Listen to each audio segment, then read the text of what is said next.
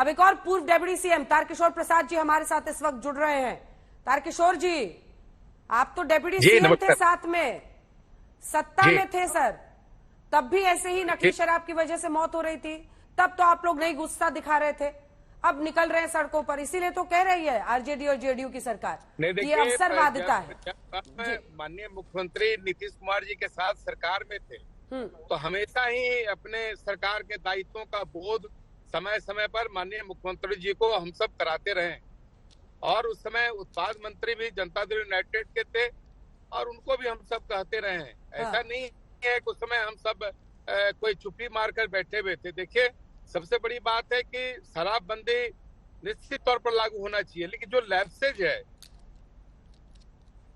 कितनी देर में पहुंच रहे हैं तारकिशोर जी? मुझे पता चला है कि जहां पर ये घटना घटी है, हादसा हुआ है, वहीं पर आप वहीं के लिए निकल पड़े हैं। कितनी देर में पहुंच रहे हैं? जी, एक दो परिवार के बीच में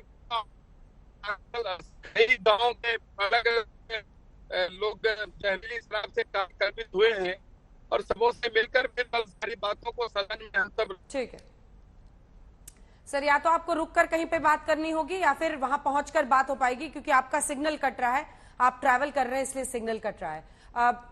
जल्दी से आपके पास माधव आनंद जी आते हुए, वो कह रहे हैं कि जब उस वक्त भी होता था तो हम लोग सरकार में, चूंकि बंद दरवाजे में ही ऐसी बात की जा सकती है, तब भी हम लोग नीतीश बाबू को कहते थे, और ये बात तो कई लोग आपको बताते हैं माधव जी, कोई रॉकेट साइंस तो है नहीं कि बिहार में पैरेलल लिकर माफिया चल रहा है, ये तो सबको पता है। मैं सड़क पे निकल जाऊं, कोई निकल जाए, लोगों से बात करें, आपको बता देंगे कहां कहां से मिलता है। ये तो कॉमन नॉलेज है वहां पर। क्या कुछ नई बात बता रही हूं मैं मिस्टर आनंद?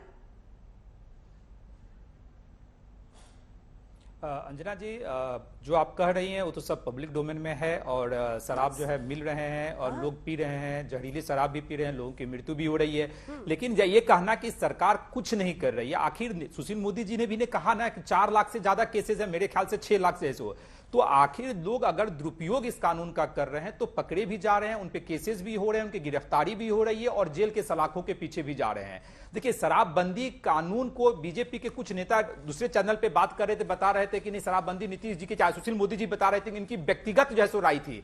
शराबबंदी जनता के जनहित में लिया गया फैसला है, और इतना बड़ा फैसला लेने के लिए मुझे लगता है बहुत बड़ा दिल चाहिए। कोई भी सूबे का मुख्यमंत्री अपने रेवेन्यू को कम नहीं करना चाहेगा, तो अगर खासकर बिहार जैसे सीमित संसाधनों वाला प्रदेश, सुशील मोदी जी तो खुद वित्त मंत्री रहे हैं, 13-14 साल उप मुख्यमंत्री के साथ साथ वित्त मंत्री का पोर्टफोलियो भी उन्होंने संभाला है, उनको सब पता है। तो इतना बड़ा जो है निर्णय लेकर जनहित में निर्णय लिया और उसके फायदे भी हुए। संजना जी, बिहार में क्राइम रेट कम हुआ, आप सारे डेटा अपने पास हैं।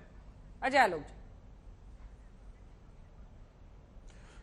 देखिए अंजना जी, मैं जनता दल यू में रह चुका हूं काफी लंबे दिन तक, अब उनका हिस्सा नहीं हूं, मुझे खुशी है इस बात की।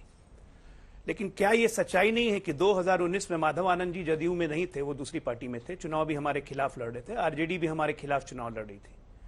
2019 के चुनाव में जेडीयू के एक एमएलसी ने, मुस्लिम एमएलसी ने, मुसलमानों के एरिया में जा जाके जब ये प्रचार किया था कि नीतीश जी ने शराबबंदी तुम्हारे लिए की है क्योंकि ये इस्लाम में लिखा हुआ है। ठीक है, तारकिशोर जी को दिखा दीजिए, जुड़ गए। जब सुशील मोदी जी जनसंख्या नियंत्रण की बात कर रहे थे, ये था बिल्कुल ये निर्णय नीतीश कुमार जी का बिल्कुल अपीजमेंट पॉलिटिक्स के तहत किया हुआ है।